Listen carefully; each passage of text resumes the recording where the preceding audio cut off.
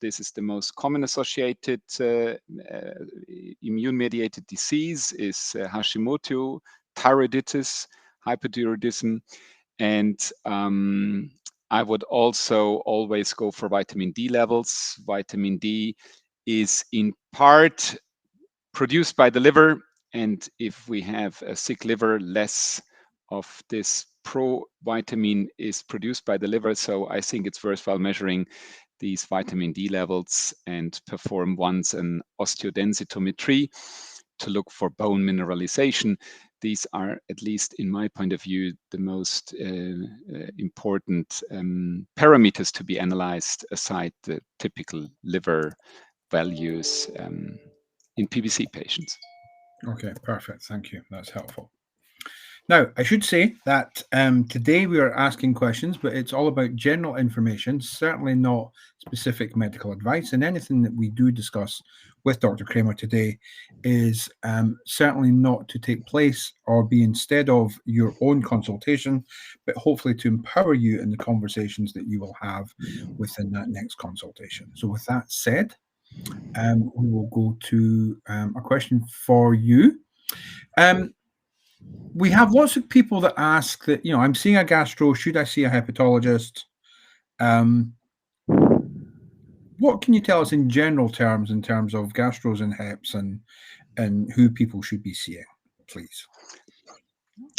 Yeah, that's a very good question. I think that depends a little bit on, whether you have symptoms, which could be associated with PBC. I think a first approach is to contact the general practitioner if there are elevated liver enzymes.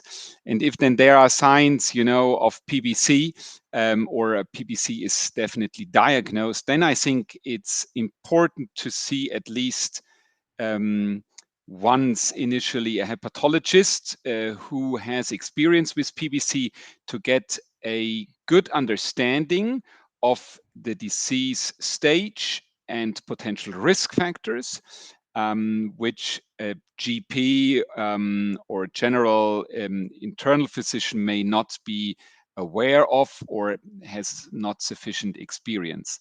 A gastroenterologist may also be somebody with a significant interest in hepatology and may also be aware of the novel developments, but to be honest, many of those are more endoscopists and are less well, or not treating PBC patients so commonly. So I think once the diagnosis is made, it should be important to see, an hepatologist with expertise in PBC. And then it depends a little bit on, the disease stage. If it's early, if you have a good response to URSO, if lab values normalize, I think, once a year, it's being seen by a gastroenterologist or internal physician should be sufficient in principle, because that is fine. If that is not the case, if lab values remain high, if symptom burden is still there, if the disease is more advanced, then I would recommend to be more commonly seen by a hepatologist. Okay, perfect. Thank you. Thank you. Okay, I have spondyloarthritis, I think, or spondyloarthritis. I'm about to start on biologics. Are those so that it's adalimumab, and is it safe with PBC? Yeah, adalimumab is TNF blocker.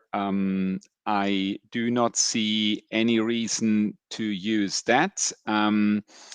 If a patient suffers from spondyloarthritis and has concomitant PBC, there are reports of autoimmune hepatitis-like pictures under these treatments in rare cases. So of course, the liver enzymes and cholestasis parameters need to be monitored under such a therapy, but upfront, I think this regimen can be done in PBC patients. Okay, so it can be done. Perfect. Somebody tested positive for SCL70 antibodies on an immunoblot. Is that connected to PBC? Yeah, SCL70 70 antibodies is associated with the CREST syndrome, for example, with systemic sclerosis. And this is another immune-mediated disease which has been reported to be associated in some cases with primary biliary cholangitis. There are reports that patients having both disorders either have a better liver disease, others have reported that liver disease may be worse. So we do not really know the impact of the one disease on the liver disease or on the other disease. Yes, there can be an association, but this is not diagnostic. So if you have an SCL70 antibody, that does not mean that you suffer from PBC. You need the typical PBC autoantibodies to diagnose PBC. But as with other immune-mediated diseases, there is an association. So if you have elevated liver enzymes, you have a sclerodermia, systemic sclerosis, CREST syndrome, then you should also screen for the PBC-specific autoantibodies. Yeah. Okay, perfect. Thank you. I have had PBC for over 10 years now. I'm 47 years old. Don't you say a word, Dr. Kremer. And I've recently been suffering with an increasing case of reactive hypoglycemia. Any thoughts in terms of finding an endocrine expert that also understands PBC, or any general information we can give? Yeah, I do not really understand what is meant by reactive hypoglycemia, I have to say. Hypoglycemia would mean actually that, too much, for example, insulin is injected if there is an associated diabetes mellitus, which is treated with insulin. If hypoglycemia is found as a lab result, drawn, for example, by a GP or so, I do not believe these results, to be honest, because if you draw blood and the blood stands a little bit around, is sent after many hours to the lab, these red blood cells within this tube, use up glucose. And the longer you just leave a blood specimen lying outside, the lower is the glucose level in this blood specimen, but that doesn't say anything about the glucose level at the time of blood drawing. So glucose determination in a blood specimen only makes sense if the blood specimen is immediately analyzed. Otherwise, you get false low levels. Thank you. I'm smiling. I've been at this over 20 years and I'm still learning every day. So I love that answer. So thank you so much. Right. Next question is in and around treatments for insomnia. So we've got zopiclone and Phenergan. And again, they're having an impact. So they're helping sleep, but then they're making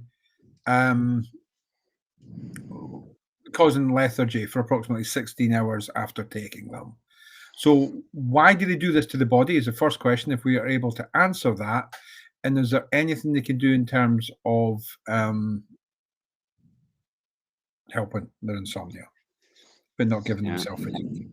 Yeah, insomnia is, a sleep disorder. I mean, we have, little understanding on, the pathophysiological changes there. I think it's often very difficult to, say something about insomnia, sleep disturbances, without having the patient in front of you, without discussing all details about that. Zopiclone is used for a short-term treatment of sleeping disorders of insomnia that just, makes you feel tired and sleep. The other drug, the Phenergan, that is a drug called promethazine. This is an old sedative antihistamine. And to be honest, an antihistamine of the first generation made us feel sleepy as well. So you use a side effect of a drug to treat a certain symptom. In my point of view, this can also be done for a short-term period, but in principle, I mean, that's not the way how we should treat our patients. I think it's very important to figure out what is the cause of insomnia, what can we do in regard to general measures to sleep hygiene, etc. Is that what is the cause and what is the consequence? Yeah. And in that regard, these drugs can be given short term, and that's maybe the reason why the one was replaced by the other one. But for long term, this is not ideal. Other measures should be taken, and in particular, a good understanding what is the most likely cause for this sleep disturbance. Yeah. Okay, perfect. Thank you. I will add to that. So obviously, if you call the PBC Foundation helpline, none of us are clinically trained. However, we are still able to help with certain quality of life issues. And so we can help talk to you with regard to your sleep hygiene, your routines, and things that might help you with your sleep. So I thought I would add that in as an extra plug. All right, thank you. Our next question. So I was diagnosed at 2020 at the age of 55. DEXA scan is showing slight bone density getting worse. And they're on HRT. So the question is, any thoughts on HRT in terms of helping with bone health? And is there anything contraindicated in and around PBC? HRT is what exactly? Hormone replacement Hormone therapy. replacement therapy. Sorry again. Yeah. No, that's So hormone replacement therapy is something women take to have a significant improve of their quality of life in the postmenopausal state. In most cases, I do not have.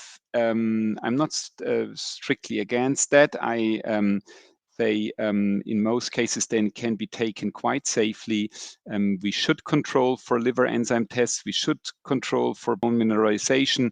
I would treat bone mineralization specifically with guideline recommendations, and that is in the state of osteopenia, vitamin D supplementation plus minus calcium, depending a little bit on the type of nutrition a patient is taking or a person is taking. And if there is osteoporosis or significant worsening of osteopenia, then we should think about the classical anti-resorptive drugs such as bisphosphonates or RUNCL inhibitors, denosumab, etc. So there's a significant armamentarium of treatments for loss of bone mineralization. Loss of bone mineralization is seen more commonly in patients with cholestatic liver diseases. So in that regard, I think it's important to perform the osteodensitometry as discussed initially and a vitamin D level, and then repeat that depending a little bit on the results. Normally such also termed DEXA scan should then, depending on the results, be repeated after 2 to 5 years, and potentially the treatment adapted accordingly. Okay, perfect. Thank you. That's helpful. We've had a couple of questions in and around cholesterol. So I know that you've said previously that you wouldn't necessarily treat patients if they had a ratio of, is it LDL to HDL under 3? Is that right? Right. I mean, I don't know. I even wouldn't go for specific cutoff values, you know, Okay. Robert. I think we have to understand that this lipoprotein X, which consists of, you know, cholephilic lipids that are normally secreted into bile, they accumulate now in the bloodstream in PBC patients, and they run within the low density lipoprotein, the LDL fraction, the so-called bad cholesterol. And we cannot separate them by general measures. We have to quantify apoproteins, apoprotein B, to know, because that is apolipoproteins are not in the LPX fraction. So if you want to know what is really this bad cholesterol, you have to not only determine LDL in PBC patients, but also ApoB. And this delta is then, reflecting this lipoprotein X fraction. So if there is no additional cardiovascular risk, no familial risk, no smoking, no diabetes, no arterial hypertension, and so on, then I don't see any reason to treat this patient. And actually, there is an ongoing study in the global PBC study cohort which addresses this issue. And maybe next year, around that time, we will have the ability to discuss that then in a very large set of patients, the impact of cardiovascular risk factors, the impact of statin use, and on clinical outcomes. So maybe we change our mind, but up front, what we have learned so far, what we know, this is not atherogenic, and we do not need to treat it only because we have these increased LDL values. All right, wonderful. We've got somebody with HDL through the roof. Now, they're using a slightly different scale. They're saying their HDL is 135, which I think is the American scale, if I'm right. But they're just concerned. Anything you can advise or Yeah, the HDL, the high density lipoprotein fraction, that is the good cholesterol. If that is high, that's a good sign, actually. And if right. normally the easiest thing you can do is that you calculate the LDL to total cholesterol fraction. And if that is sorry, the LDL to HDL fraction, and not total. So LDL to low density to high density lipoprotein fraction. And if this ratio is above 3, so if you have 3 times more LDL compared to HDL, then this is a sign or an additional cardiovascular risk sign that needs to be clarified. But again, in PBC, LDL may purely be increased due to this lipoprotein X. If you now have a high HDL in comparison to the total, which is 244, I think, then the low density lipoprotein is rather low, and this is rather good sign. So nothing to worry about. All right, perfect. That's helpful. Thank you. And then if somebody had noticeable scarring or fibrosis through the ultrasound, are they okay to go on a kind of protein meal replacement eating plan to lose weight and to improve their nutritional input? Yeah, losing weight makes only sense if you're obese or you have a BMI above 25. Otherwise, I think there is no reason to lose weight. The liver, if we eat too much, if we are obese, if our body mass index is above 25, then there is a significant risk of fat accumulation in the liver. And fat accumulation in the liver is an additional risk factor which results in these so-called now MESL-D, wonderful terminus. What do you think, Robert? So metabolic dysfunction associated steatotic liver disease. So I apologize for that, but some hepatologists are sometimes very creative with new names. What does that mean? That means that our metabolism results in fat in the liver, which can cause a liver disease. And so diabetes, obesity, are common risk factors. And now, if this is an additional factor for scar tissue formation in the liver, and in these patients, weight reduction has a significant benefit. So weight reduction for PBC patients, we do not know whether this has any benefit for the PBC, but for the fat in the liver, for the fat induced inflammation and the induced scarring, there is a benefit if we lose weight. So yes, high protein, low carb meals are associated with lower insulin release and are part of changes in the nutrition to lose weight. I always recommend to perform an interval fasting. In my point of view, it's in most cases much easier not to eat something for a longer period than rather to eat a little bit, less or change that. But of course, in general, low carb is beneficial to lose weight.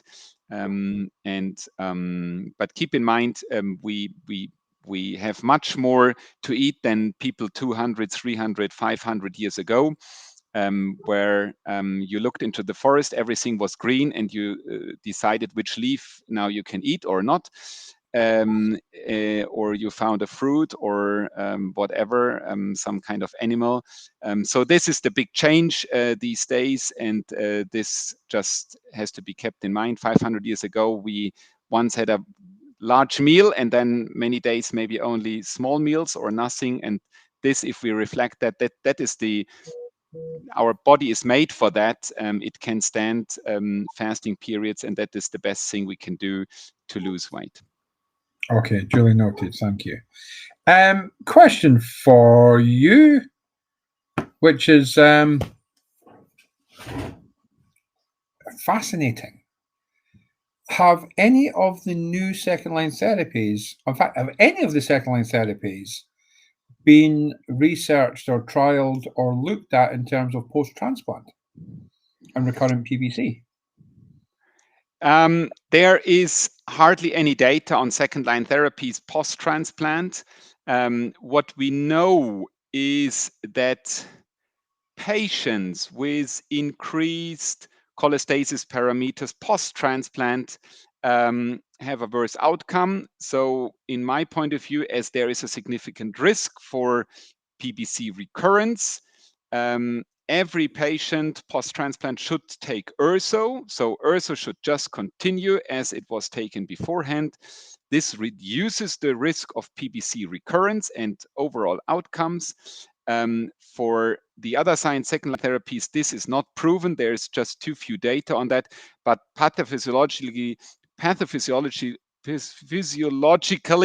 it makes very much sense to add a obeticholic acid, an FXR agonist or a PPAR agonist post-transplant if a patient has still significantly increased AP values with urso treatment. So urso is the baseline treatment also after transplant, and a second-line therapy should also be added for those who do not have a normalization or too high cholestasis parameters. There are many other reasons, of course, post-transplant to cause cholestatic parameters, bile duct stenosis, ischemic type biliary lesions, drug toxicity, you name it. So these should be excluded first. But if the physician thinks this could be recurrent PBC, then I would definitely suggest to take such a drug. Okay, perfect. Thank you. I'm going to ask another question about post-transplant, just so that in the hope that you say physiopathologically again. I'm not the only one that struggles with some of these terms. So, is it okay to take magnesium supplement post-transplant? I'm on tacrolimus and I'm also on mycophenolate. No, I do not see any problems taking that. Too much magnesium causes diarrhea in the end, and if you have too much diarrhea, maybe then the absorption of certain drugs may be hampered. But that, I wouldn't take more magnesium than the bowel movements is just acceptable or normal. Okay, perfect. Thank you. Let's go on to supplements, if I may. B12 and PBC. Any thoughts? Well, I think, normally there is no lack of vitamin B12 if you have a normal nutrition. What can be the case is that you have, for example, a type A gastritis, which means an autoimmune gastritis, where the immune system attacks the cells which produce the intrinsic factor. And this Yep. intrinsic factor is produced by the body to capture vitamin B12 in the gut lumen and to enable reabsorption or absorption in the terminal ileum. Now, if the immune system attacks the cells and intrinsic factor is not produced anymore, you may then have a lack of vitamin B12 levels. So this can be analyzed in the blood or by a biopsy during gastroscopy. So if there are signs of that, then vitamin B12 supplementation is indicated. There are, of course, other reasons why vitamin B12 is not sufficiently reabsorbed. Ileitis terminalis, the so-called Crohn's disease, for example, when that is inflamed, that's not typically associated with PBC. If the terminal ileum was resected for whatever reasons, many other causes why vitamin B12 levels are low. So if anemia is there, we see typically enlarged erythrocytes, which with too much hemoglobin in each erythrocyte. Then I would control for these levels and then try to figure out what's the reason for the deficiency and treat it accordingly. Then Okay. it's important to say that no oral supplementation should be done. It should be an intramuscular or IV substitution of vitamin B12. Okay, perfect. Thank you very much. Milk thistle and PBC. Sorry? Milk thistle. No, I think this is called, help me out. Silymarin? Silymarin, yeah. Yes, Yeah, thank you. yeah, Yeah. right. Well, silymarin is, I think, one of those drugs which is prescribed to most patients with a liver disease with, I would say, the lowest evidence. We have, I do not really think that it harms the patient, but in my point of view, there is in particular one person who has a strong or benefit, and this is the person who produces this drug. And for the others, it's rather if you have, you rather have to pay for something where the evidence is extremely low. If a patient has the feeling that it helps her or him, I do not take that away because I do not think it is really harmful. But there is no evidence that it has a significant benefit on lab improvement of scar tissue or clinical outcomes. Okay, perfect. That's helpful. Thank you. Okay, I've had a breast reduction surgery almost 4 weeks ago. And after surgery, I've been bloating. So even on the smallest meal, I've been bloating, and nobody really understands it. Any thoughts or suggestions? Anything linked to the PBC or the anesthetic with the PBC or anything like that at all? No, I wouldn't foresee any connection to that. To be honest, I mean, anesthetic drugs are metabolized in a normal liver, which is not decompensated. Decompensated cirrhosis quite well, rapidly metabolized. They are gone. So I mean, they shouldn't have any longer-lasting consequence. The bloating is not typically associated with PBC.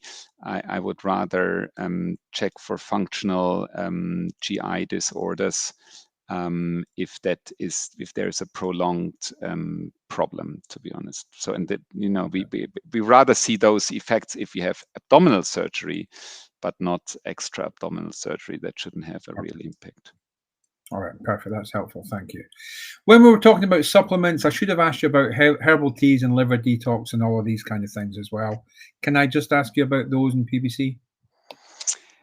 Yeah, I always tell my colleagues if we talk about these over-the-counter products, at least for Germany, I know the rules very well. So the person or the supplier who produces these things do not have to prove efficacy of these substances, neither do they have to prove any safety. So that's wonderful. You can sell something where you say, I do not even know whether it works, and I do not have to show or present any safety data. This is really incredible, but this is the basis to sell these drugs. And the second important aspect I always tell them is that up to 50% what is in such supplements can be something else than what is written on the package. This is a dream for everybody who produces, stuff which is then sold very expensively, which contains whatever. So we have a drug or a substance, doesn't matter where it's derived from. We even do not really know what is inside, and there's no regulations on safety aspects and so on. So I think this has to be always kept in mind if we go to Google, to musclelab.com, to whatever store and buy over-the-counter products that are non, prescribed drugs. Okay. And not, I mean, there are some drugs which we can buy over the counter, which are well, from pharmaceutical companies. But, let's talk about all these over the counter products. So this also for the patient's perspective needs to be kept in mind that in contrast to the common drugs we prescribe, where we have to prove so much about safety and efficacy, this is really not done. And so in that regard, I always mention it needs to be, people have to be cautious. People have to consider that this is the second most common drug class that causes acute liver failure and many milder forms of liver damage. And in that regard, I would be very cautious with all these herbal teas, extracts from plants, whatever. It's people say, oh, but it's all natural, and I say, yeah, and all very dangerous. So people should keep that in mind. Okay, perfect. With that said, are there any recommendations in terms of any vitamins that people with PBC could or should be taking? Yeah, that's a good point. I think, as told a couple of minutes ago, one synthesis step of vitamin D is done by the liver. That's the 25 hydroxylation of the cholecalciferol. And so we need, this is a three-step process. So the first step is taking in the skin. You need Yep. UV light. But the second step is done by the liver. And now you can go as much to the sun as you like. If the liver doesn't perform the next step adequately, this doesn't help. And so we do not take the vitamin D, which is biologically active. That is the third step. That is done by the kidney, the 1 hydroxylation step. But we give this substance, which is still inactive, the 25 cholecalciferol. That is the typically supplemented vitamin D form or pre-form. And normally that is, difficult to overdose. And that is something I would really look into the blood. And if that is too low, I would supplement that. For other fat-soluble vitamins, so A, E, and K, there is less data. We look into that, in particular in patients who undergo liver transplantation. We very commonly see a significant vitamin A deficiency. We supplement that if the levels are too low. So the levels we can measure in the bloodstream, because we always say if one fat soluble vitamin is not adequately absorbed from the gut because of this cholestatic liver disease, the other is also likely not to be taken up adequately. For vitamin E supplementation, there is no good data, to be honest. We sometimes look at that, but we do not normally supplement that. And vitamin K is normally not determined because you have a lab value, the international normalized ratio, previously also quick value called. So these are vitamin K dependent coagulation factors. And if that goes up, then we have to think whether vitamin K is not adequately absorbed. And then we also would require to give vitamin K. For the latter one, we only see that in very advanced disease stages, typically. In the early disease stages, however, we see this vitamin D deficiency. So this is something I would recommend really to every PBC patients to perform at least once to check, okay, is my level fine? Is my bone mineralization fine? Then I don't care. I don't need to supplement that. However, if that is too low, then I would really consider supplementation. And it should be kept in mind that the common dose which is given is way too low. So our lab values tells us results in nanogram per ml, and you need 1,000 units to get up 10 nanograms. So if you have a level of 10 and you would have to go, let's say, in the range from 30 to 70, then let's say you want to achieve 40, then you need a delta of 30 nanograms. So you need then 3,000 international units per day to achieve that. There's quite good data published on that.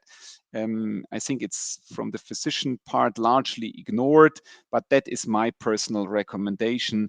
And then check after a while whether the lab values indeed are now at the level where we want to have them.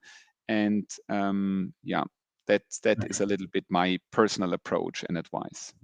Okay, thank you. PBC and cannabis. Yeah, I mean, the question is there a risk? We know from regular smoking that this is bad for the liver, as it is bad for the lungs and many other organs.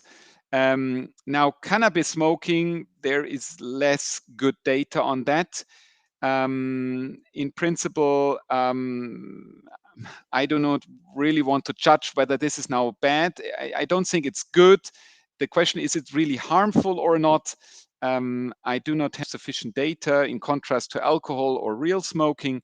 So in that regard, I have had patients who smoke cannabis for severe itching, for example, that helps. But there's also cannabinol, dronabinol, so these endocannabinoids which are extracted, which can be used to treat patients with severe itching, for example, to treat patients in very advanced disease stages. Also, it gives you not only a better feeling, but maybe also you have more appetite, less itching, less pain. So these are aspects when we medically use endocannabinoids. Okay, perfect. Thank you. My LFTs are normal, except from GGT, which is at 101 microunits per liter. What does that mean, and what should I be doing? Normally, it's only units per liter, the gamma GT. So I would Okay, think. cubic units per liter. Okay, that's fair enough. So, but anyway, what means a purely increase of gamma GT? To be honest, I would just ignore it. The important parameter in PBC is the alkaline phosphatase and the bilirubin, and then the second important ones are the transaminases. And if these are normal, then everything is fine in regard to the liver. Now, where is the gamma GT coming from? That can be produced by the liver, by cholangiocytes, of course, but by many other organs, many other cells, the intestine, the kidney, the pancreas, and so on. We typically see that in patients with metabolic syndrome, with diabetes, of course, also with alcohol consumption. With a fatty liver disease, we see it. So these could be signs, of many, many, many aspects.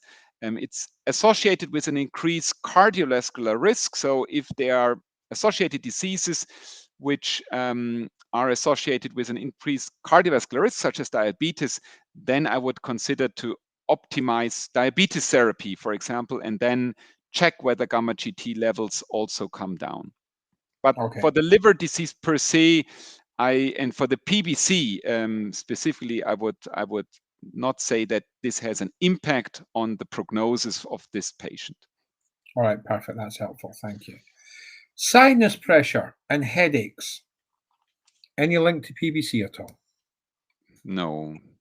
I mean, I do not see a link. Yeah, Okay. to be very All right. short. Perfect. We like short answers. Now, um, just to highlight where this has come from, in Professor David Jones' book, his second page 59, he states that there is evidence to suggest that when there's a positive ANA for PBC, the disease can follow a more aggressive course. The question is, what does that actually mean? Yeah, what does that mean? There is data that I would say, in particular, this GP210 antibody, this is a protein which results in antibody formation in some of our PBC persons. And yes, there is data suggesting that the presence of this antibody may be associated with a more accelerated disease. On the other hand, there is also data showing that this is only the case for persons living with PBC who have an inadequate or incomplete response to URSO treatment. So there is heterogeneous data on that. I consider it to look twice whether I should, treat my patient more intense. Yep.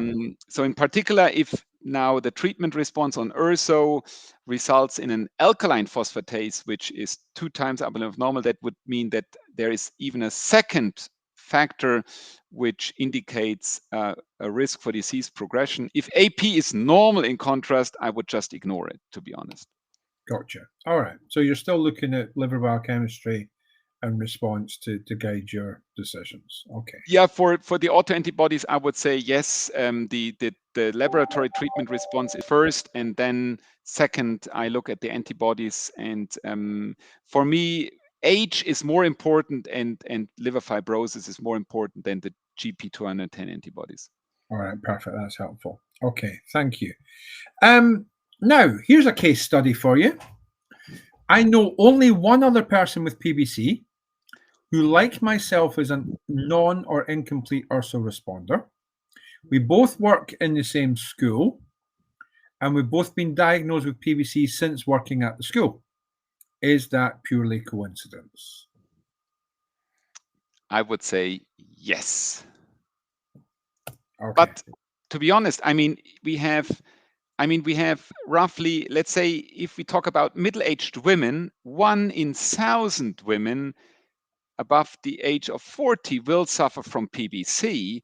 Now, Yep. if I look at my university, where more than, let's say, roughly 12,000 colleagues are working, and we would say 50% are women, then 6,000 women would be there. And if we even take away, let's say, 2,000 because they are very young, I don't think, but let's say 1,000 away below the age of 40, then I would still think that 4 to 5 of these women have a likelihood to have PBC. So it depends a little bit on the size of the working place, and this is just a pure calculation how likely it is that you meet or work together with another person suffering from this disease. Okay, perfect. Thank you. PBC and a sweet tooth. Is there any clinical reason, or is it the same as the general population?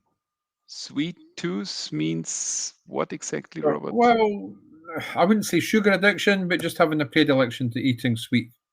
Oh, just in general. Okay. Yeah. Well, no, it's to be honest, it's like with alcohol. The amount makes the toxin. If you take that once in a while, there is no reason not to do that. And for alcohol, if you have a very early disease stage, there's no reason to say, okay, I don't drink any glass of alcohol for the rest of my life. This changes with the advanced disease stages. So if you have a liver Yeah. cirrhosis, I tell my patient, okay, look, now it's really the time to say no alcohol. And if you're in decompensated cirrhosis, that is even more important. And then maybe also sweets or so, maybe something which have a negative impact. But again, it's the comorbidities. If you have a diabetes, or if you're overweight, then this results in a potential fat deposition in the liver, which may just be a second comorbidity as a viral hepatitis, as any other comorbidity of the liver. Yeah, I think you can have sweets. It's the amount which is important. All right, perfect. Thank you. I'm aware of time, so I'm going to have two more questions, if I may. I'm only going to throw this one in just because I just want to see if I can see these better than physiopathy. I see, I can't even say it now. Right, here we go. MRI recently showed prominent perisplenic portosystemic collaterals with the presence of a spontaneous splenorenal shunt. Is there any other cause other than portal hypertension for this to develop? The highest probability is portal hypertension. The question is, why is there portal hypertension? Yep. There are several causes. The first most common cause is liver cirrhosis, but there could also be portal vein thrombosis and other causes being responsible for that. So that needs to be then individually checked. Okay, perfect. Thank you. But in principle, if there is no go. thrombosis, then it would be a sign of that the liver disease or the liver cirrhosis is advancing. So that certainly needs to, I would strongly recommend to go then to a transplant center with such an imaging result. Perfect. All right, that's really helpful. Thank you so much. My next question, which is the last question, this is a really, really important one. So we have somebody who has PBC associated symptoms. They've been on estrogen with progesterone.